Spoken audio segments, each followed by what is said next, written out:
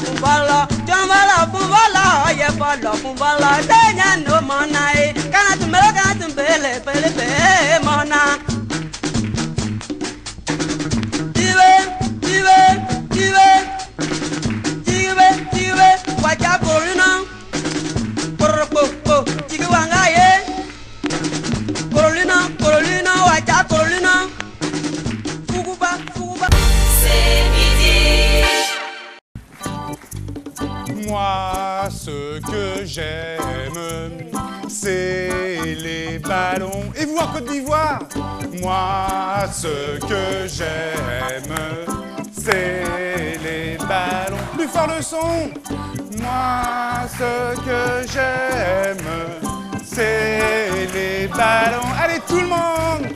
Moi, ce que j'aime, c'est les ballons. Mais avant toute chose, j'aimerais me présenter et lever tous les doutes sur mon identité. Je suis un troubadour, un gentil polisson, et partout on m'appelle Tonton Ballon. Et c'est parti les mains. Qu'est-ce qui est rond, qu'est-ce qui est long, qui s'envole, qui fait les rebonds? Qu'est-ce qui est rouge, bleu, vert, marron, qu'est-ce qui roule? C'est un ballon. La la la la, la la la la. La la la la. C'est midi. Une diplômée qui se retrouve à être servante, on a vraiment envie de savoir ce qui s'est passé. Je ne dirais pas qu'est-ce qui n'a pas marché, puisqu'on l'a qualifié de métier noble, mais qu'est-ce qui s'est passé? Comme vous le dites si bien, c'est un métier noble, comme tout autre. C'est par manque d'emploi, à la recherche de gains, qu'on se retrouve dans ces situations-là. Et moi, particulièrement, c'est parce que... Est-ce que vous avez cherché? J'ai cherché du travail, j'ai eu des stages. J'ai fait des travaux par-ci, par-là. J'ai vendu des choses. Et c'est par la suite que j'ai su aller travailler comme servante. Qu'est-ce qui s'est passé là-bas? Il s'est passé beaucoup de choses. C'était quoi votre quotidien et quelles étaient les tâches qui vous étaient assignées? Quand je suis arrivée, la bonne dame m'a dit, non, j'ai besoin de toi juste pour le ménage. Qu'est-ce que le ménage? Elle m'a dit, bon, tu vas laver les habits, tu vas nettoyer les chambres, et puis le salon et tout, c'est tout. Après, elle m'a dit, bon, tu vas faire aussi le repassage. Mais il savait que quand je suis arrivée, après tout ça, le ménage et tout, je me retrouve à la cuisine, je me retrouve faire les courses. Et là, Et les enfants aussi? Les enfants aussi qui sont là. Bon, il faut accompagner, il faut laver les enfants, il faut s'occuper des enfants, il faut les accompagner à l'école. Il faut faire le... En fait, c'était tout. Le ménage, il y avait 3 enfants, des enfants. Vraiment, c'était des enfants. Vous vous fatiguez? Des enfants. Des enfants? Des enfants. Des enfants pas très ordinaires, non, vous voulez dire? Des enfants très terribles. C'est midi. Une dernière photo. Il s'agit du transfert du plus jeune joueur, je vais dire, de toute l'histoire. un bébé de 11 mois. Non, Loïc. Attends, c'est celui-là. Voilà, c'est son bébé. Il faut Donc, faire comme on voit, il est déjà habillé en équipement de Manchester City. 11 mois là. 11 mois. En effet, Et transféré dans quel club? à Manchester City. Et donc, la maman, elle a dit, déjà dans mon ventre, il tapait tout le temps. Mais mon neveu, il a fait la même chose. Mais non. Je sentais qu'il avait un bon coup de pied. Et à 3 mois, il faisait déjà des passements de jambes. Vous êtes prête, vous chantez des chansons profanes et vous arrivez à atteindre vos objectifs parce que vous engrangez beaucoup d'argent que vous redistribuez. Mais est-ce que d'un autre côté, il n'y a pas problème au niveau des fidèles? Vous pensez que pour les âmes qui sont un peu faibles, cela ne les détournerait pas de la voie chrétienne, de la voie de Dieu? Oui. Enfin, peut-être le contexte ici en Côte d'Ivoire est différent qu'en France, hein, parce qu'on a une église, enfin, on a des communautés chrétiennes relativement modestes en Europe, on peut dire, modestes dans le nombre, on va dire, et les gens que l'on touche par le biais de ces CD ne sont pas forcément des gens de la communauté chrétienne catholique, ce sont des gens qui, peut-être par ce biais-là, réentendent un message qu'ils avaient oublié, ou en tout cas qu'ils avaient mis de côté. Et de fait, on le voit par rapport au courrier qu'on a pu recevoir, par rapport aux entretiens qu'on peut avoir avec certaines personnes qui viennent nous trouver, il y a une resensibilisation à cette démarche de foi. Il y a, pour certaines personnes, un chemin de foi qui s'est fait. Et là, on a touché quelque chose qui était pas dans notre premier projet, on va dire, puisqu'il y avait un côté caritatif au début. Il y a eu quelque chose qui s'est développé, dont on a été les premiers surpris, et qui rejoint justement cette mission qui est la nôtre. Alors, mon père, je ne sais pas s'il faut l'appeler Joseph, il n'est pas prêtre, il n'est pas père, comme on l'entend dans le contexte actuel, mais comme le disait un père ici, il est père autrement, parce que lui, c'est un laïc. Il a une vie de famille, il a des enfants. Est-ce que l'intégration dans ce groupe de pères ne pose pas un problème? Au départ, j'étais séminariste en stage. Donc, j'étais séminariste en vue de devenir prêtre, en formation en vue de devenir prêtre. Donc, j'étais en stage, donc c'est pour réfléchir à ma vocation de vie de prêtre ou bien de vivre en tant que laïc. Et donc vous avez après, fait le choix. voilà, j'ai fait une choix d'être... C'est une belle expérience, je suppose. Jusqu'à maintenant, oui.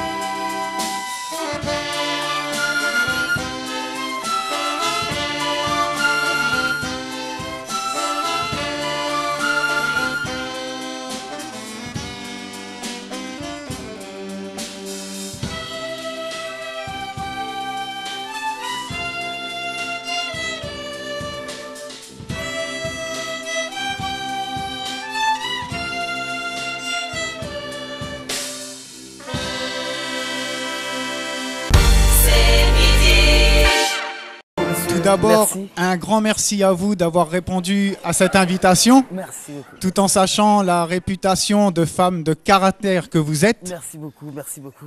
Merci. Donc, pour c'est moi qui vous remercie de toute la façon. Bon, là, vous faites bien de me recevoir et puis ben, c'est un plaisir pour moi d'être... C'est un grand plaisir pour nous. Par ce temps de crise, oui. Votre corporation passe pour être l'un des principaux instigateurs. Évidemment.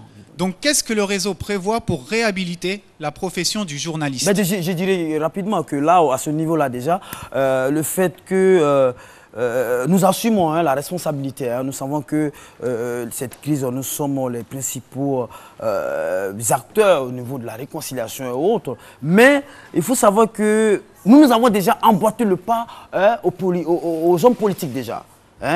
Nous avons déjà emboîté le pas aux politiques parce que sinon au sein du réseau des femmes journalistes de Côte d'Ivoire, il y a plusieurs tendances éditoriales. Vous voyez? Et donc déjà, quand vous allez au niveau de la presse, quand vous allez dans un kiosque, un journal ou autre, vous voyez les critiques, différentes critiques et autres. Vous voyez un peu. Mais toutes ces personnes-là sont au sein, toutes ces femmes-là sont au sein du réseau des femmes journalistes de Côte d'Ivoire. Donc déjà, nous pensons qu'avec déjà... à ces différentes tendances au niveau du réseau, nous pensons bien entendu jouer notre rôle. Notre rôle est dire que nous voulons être des actrices, en tout cas, au niveau de la réconciliation. Nous, en tout cas, au niveau du réseau des femmes journalistes de Côte d'Ivoire. En tout cas, c'est ce qu'on veut faire. D'accord. Oui. Et vous parliez aussi d'excellence. Donc, selon vous, comment les femmes pourraient-elles y parvenir? D'abord, je le disais sur que nous sommes intelligentes. Nous sommes très intelligentes et nous voulons porter encore au niveau de l'excellence. J'ai parlé de formation, mais surtout la rigueur. Il faut que nous, les femmes, nous nous levons. Nous devons nous battre. Nous devons nous battre. Et c'est de cela qu'il s'agit, monsieur le journaliste. Et nous, au niveau de ce réseau, nous devons... Calmez-vous, calmez-vous. Non, je vous en prie. Parce que... Moi, je vous en prie. Parce qu'il faut qu'on se lève, il faut qu'on puisse se lever pour mettre en exergue notre intelligence. Vous voyez que moi j'assume mes propos. Moi, ce que je dis, j'assume. Ce que je dis là, c'est moi qui dis, c'est pas quelqu'un qui veut me dire. Vous voyez un peu? Non, c'est pour vous dire. Nous savons, voilà. nous savons. Moi, j'assume mes propos. Ce que je dis, c'est moi qui dis. C'est pas quelqu'un qui veut me dire de dire. Donc, je dis que si montrer cette intelligence-là, pardon, on risque de me répéter,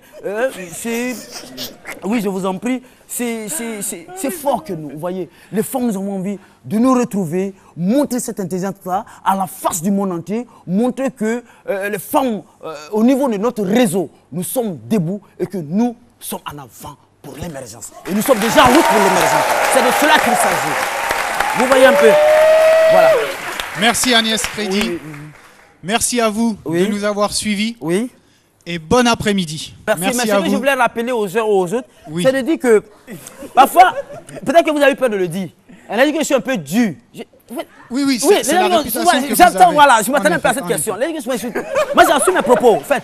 C'est ce que je dois dire. Oui, en fait, vous êtes une femme de caractère. Si respecter les lignes éditoriales, bien entendu, de mon journal, c'est être dur. C'est que moi, Agnès Christie, je suis dur. Si respecter son prochain, je suis dur. C'est que moi, Agnès Christie, je suis dur. Vous avez compris? C'est être rigoureuse. Emmener toutes les femmes journalistes à aller de l'avant, vers l'émergence. Moi que je suis dur, c'est que je suis dur. En quoi consiste donc le métier de conseiller vestimentaire? C'est vrai, on entend parler de conseiller vestimentaire, on sait que ça sert vraiment à donner des conseils, mais c'est juste la première définition, c'est prendre la chose au premier degré. Qu'est-ce que vous pouvez nous dire à ce propos? C'est un métier qui demande, qui apporte beaucoup de conseils, voilà, d'astuces. On peut déjà savoir se vêtir à la base, mais on n'est jamais trop bien habillé. Donc, si je comprends bien, tout le monde a besoin de se faire conseiller. Pas forcément. Il y a des personnes de façon très naturelle qui ont une élégance par le physique déjà.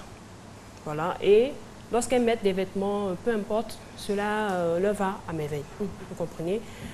Par contre, il y a d'autres qui ne savent pas agencer soit les couleurs, porter les matières quand il faut les mettre, qui ne connaissent même pas, qui ne maîtrisent pas leur personnalité déjà. Voilà. C'est Il s'habille en fonction. C'est important. Savoir se mettre en Maîtriser valeur. sa personnalité, c'est important. C'est très important. Voilà, pour pouvoir choisir trouver, ses vêtements. voilà, pouvoir trouver son style personnel déjà. Voilà. C'est-à-dire aujourd'hui, on a beaucoup de célébrités que des gens copient, mais ce qui va à la célébrité ne vous va pas forcément pour autant. Voilà. Ce qui me va très bien ne peut pas forcément être très bien vu sur Nadiaine, par exemple. C'est ça. Donc, ce métier est un métier de conseiller à la base. Ce n'est pas un métier prétentieux, parce qu'il y a plein de personnes qui s'aiment Là, vous me prenez au mot. Voilà.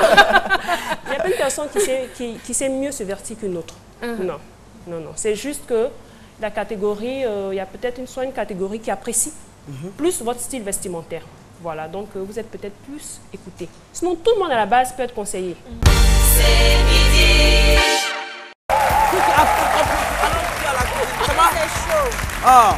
Non, non, non, excusez-moi, toujours affairage. Femme, je suis allé chercher à Bonnois, hein? Affairage, tu peux même pas. Tu prends ça alors à la cuisine, tu vas me faire mon foutu. Alors.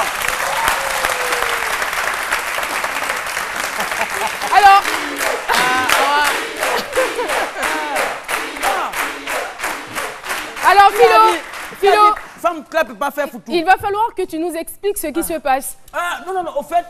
Elle représente quoi pour toi, cette femme? Ça, c'est mon épouse légale. Ah, d'accord. C'est mon épouse légale. Au fait, apparemment, tu allais la chercher au village. Hein. Ah, Bonnois. Bonnois, ça va? Je viens de. On dit que c'est pas fait foutu, c'est pas préparé. Tu sais pas foutu, non? Ntunyo. Flingo, tunyo, glondonia. Ben, voilà. Donc, moi-même, j'ai tout. Voilà ça. Ça, là, quand tu la vois même, tu sais, elle n'a pas envie de faire travail là. Faut que ça se fait foutu là, elle va faire. Maintenant que là est bien cuit, faut. Ça prend combien de temps? Ça va pas durer. Ça va pas durer. Tiens. C'est bon maintenant. Attends, faut montrer aux gens que femme comme toi, elle peut faire foutu. Tu as compris? Pile-toi toi-même. Parce que le foutu a même temps. J'ai compris. Bien, ça faut. Attends. Quand on fait foutu là, c'est quelle couleur? C'est pas la même chose là. Pile-toi, alors, pile-toi même. Montre aux gens que tu peux faire du foutu. Voilà. Au-delà de la ferraille, il y a aussi une autre corporation culinaire que tu disposes. Alors, Philo. Oui. En tout cas, on te remercie pour ta trouvaille. Hein. Elle s'appelle comment? Quel est son nom de village? Bon, en fait, c'est moi au village, on l'appelait Guessois. Ah, Guessois, voilà. Bon, comme elle est venue maintenant au... On peut l'appeler Alissa, par exemple. Ça fait trop affairage, ça fait trop papato. Je préfère Guessois, nous. Comme ça, tu vas nous le foutre, ça peut aller, non? Allez, fais le travail. Alors, on applaudit très fort. C'est midi. J'ai eu mes enfants à 14 et 18 ans. Oui, 18 ans, c'est acceptable. C'est acceptable, un peu 18 ans. Mais 14 ans, franchement, 14 ans, je me demande... Elle est encore jeune. Oui, 18 ans, bon, c'est mieux que 14. En 18 et 14, tu prends quoi? Non, mais c'est mais non, franchement, c'est... Parmi deux mots. Ah, mais et puis c'est très récurrent aussi, c'est très récurrent. Et il y a plusieurs causes. Il y a des causes, il y a une démission chronique des parents parfois, des enfants. C'est déplorable. Il y a même ce qu'on appelle la précessation. Ça veut dire que les jeunes filles sont pressées d'avoir enfant. Ce mot, je ne connais pas. La précessation. La précessation. Je ne connais pas cette expression, non. Chers parents, chères mamans, parlons à nos enfants. Parlons à nos enfants. Surtout. Des petites filles de 6 ans. Parlons de leur sexualité. fait des garçons. Non, même quand on doit parler de sexualité avec nos enfants. Il ne faudrait pas que ce soit tabou, sinon dehors. Oui, parfois, mais chez nous, là-bas, on ne parle pas de ça. Tu vas parler de ça, c'est un moment. Il faut en parler. Mais il faut en parler, c'est ça, c'est déplorable. Mais ce que je veux dire, parlons à nos enfants, 6 ans, les petites filles de 6 ans, lui a fait de garçons. Petite fille de 6 ans, tu es en train de te promener avec... Non, arrête, Philo, ça arrive, je sais de quoi je parle. Arrête, Philo. 6 ans, tu te promènes avec elle, c'est elle-même qui te montre où se trouvent les hôtels. Tonton, hôtel, c'est la façon douce, là, est sale. Elle allait faire quoi là-bas? C'est midi.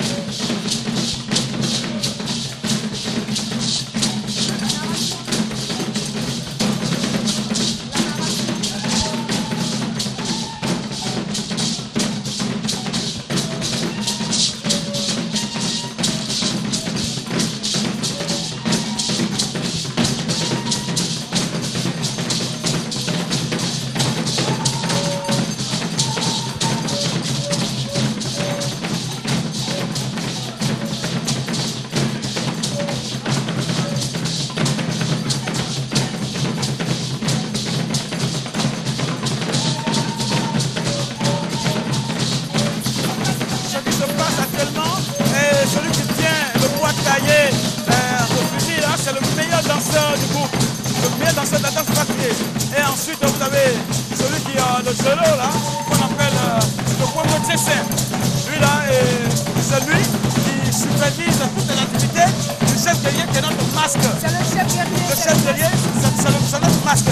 Et celui qui nous protège. Et le chef guerrier, c'est qui tient en main, c'est ce qu'on appelle le sabre. Ah, c'est le chef guerrier qui vous protège, hein? Non, c'est celui qui a le vélo là, comme le CC, c'est lui qui nous protège. Et c'est lui qui protège, qui suit les pas du chef guerrier. Et c'est lui également qui protège tout le groupe.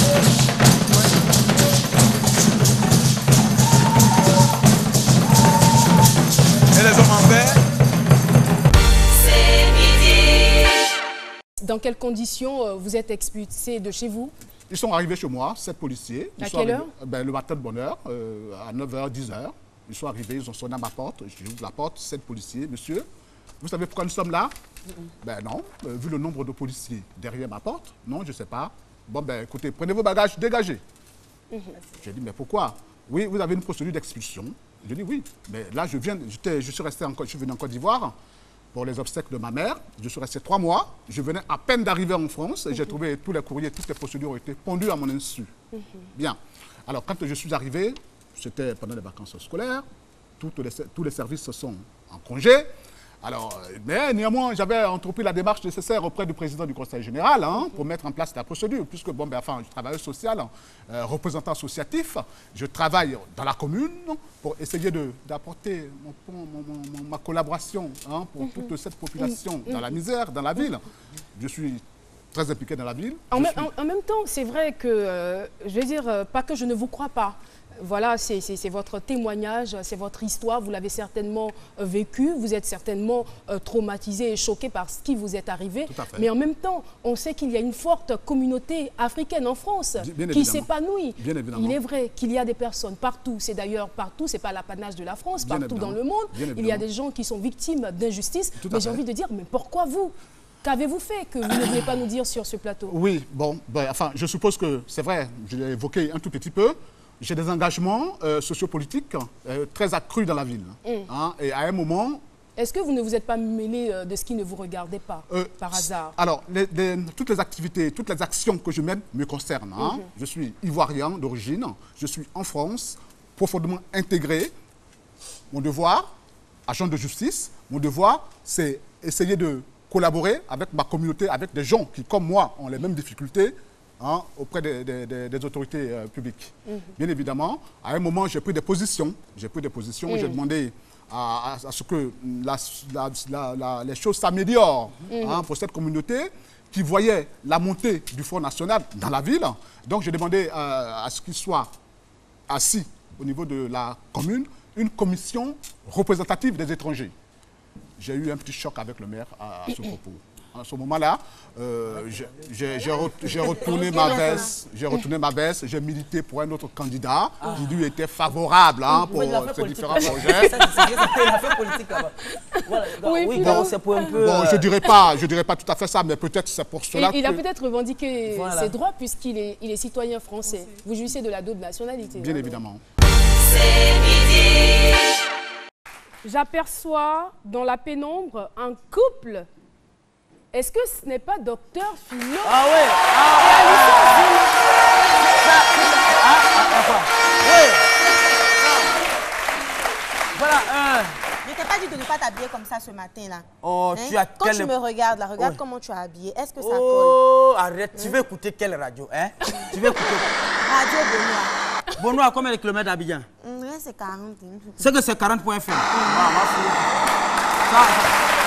C'est beau. Tu vois, c'est beau. C'est pour moi. Je suis allé là, non, chérie, laisse ça. Hein? Tu vois, c'est la tendance, tu vois. C'est pas de ma faute. Ça, c'est ce qu'on appelle swing on washing pentalon. C'est-à-dire, voilà. C'est la tendance actuellement. La prochaine fois, là, pardon. Non, faut pas me suivre habillé comme ça. Tu vas aller me chercher au village, on m'a déjà tropicalisé. Regarde-moi. Mais maintenant, toi même, depuis en fait, ça prend pas. Oui. Est-ce que c'est pas la femme que tu avais ramenée du village? C'est elle, j'ai recyclé ça. Quelle métamorphose! Ah ouais, tu vois. Vous voyez, non, au fait, la femme, c'est comme, tu vois, un médicament de palu dans la marmite, là. C'est ça, c'est pas depuis, tu nettoies propre. Mais franchement, chérie, je te fais cette déclaration-là, franchement. Tu es la prunelle de mes yeux. Ta beauté, tu es dotée d'une beauté époustouflante qui ne peut laisser qu'un homme viril indifférent. Si tu étais une fleur, je viens. Si j'étais une fleur, j'allais te planter devant ma maison et chaque matin, j'allais t'arroser un mou du sang. Celui qui ose toucher à ça, tu es l'homme mort. C'est midi. Il faut toucher du doigt ce problème de Boko Haram. Mais il faut partir de l'historique même de Boko Haram. Comment ça a été créé? Qui a créé Boko Haram? Oui, ça a été créé en 2002 par Youssef Khalil Ashraf Dakan. Non, tu n'es pas obligé d'ajouter. Voilà, voilà.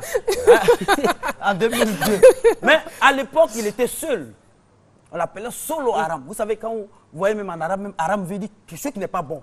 Ce qui n'est pas bon, on dit Haram. Même quand tu mets ton totem, on dit là, arrête, stop, Haram. Ça, c'est le totem. Ça veut dire quelque chose qui n'est pas bon. L'interdit, en fait. Voilà, l'interdit. Donc, il était seul, on l'appelait Solo Haram. Quand il a commencé à développer sa chose un peu, quand les gens sont venus, beaucoup ont dit Boko Haram. C'est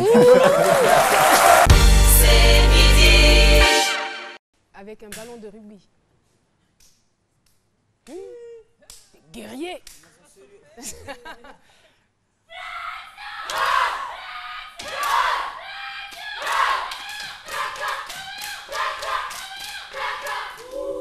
Oui.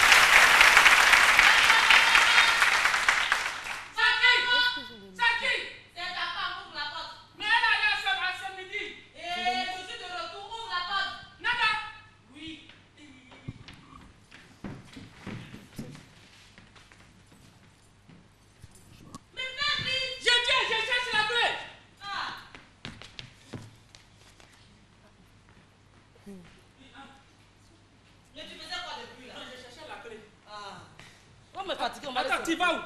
Je vais me reposer. Non, attends, tu viens, attends, te demander la nouvelle. Demande-moi. Tu sais ce qui s'est passé ici? Qu'est-ce qui s'est passé ici? Garçon n'est pas bondé. Ça, c'est pas nouveau. Garçon! Je sais ça. Il n'y a même pas son beau. Le voisin, sa femme est sortie. Quand sa femme est sortie net, il a envoyé femme chez lui. Ah, les hommes! Mais quand il a envoyé femme là, sa femme est arrivée en même temps. Ça, c'est bien fait. Ils l'ont attrapé. Non!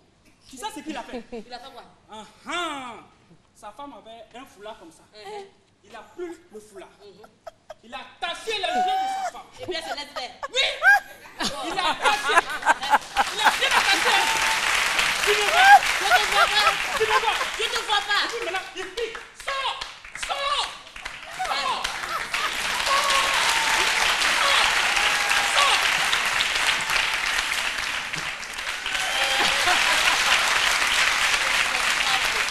Et puis maintenant, elle est partie. Elle est partie. Elle est partie. Mais le mouton, perds-moi. C'est ça même. Elle est mouton des toi, femme. Oh, moi, ça peut pas m'arriver. Je sais ça. Franchement, ça peut m'arriver. Non. Ça ne peut pas encore dire. C'est qu'on m'a lavé au Niger, lavé en Éthiopie. Au Tchad, tout ça. Quand un garçon veut me tromper là, je sens ça. Oui. Ah bon? Ça peut jamais m'arriver. Tu allais faire passe pour me battre. Non, ça peut me protéger. Et puis toi, femme, tu as arrêté là, on attache tes yeux, on fait passer ta revanche. Yo, mais le mouton, quoi. Ouais, c'est pas possible.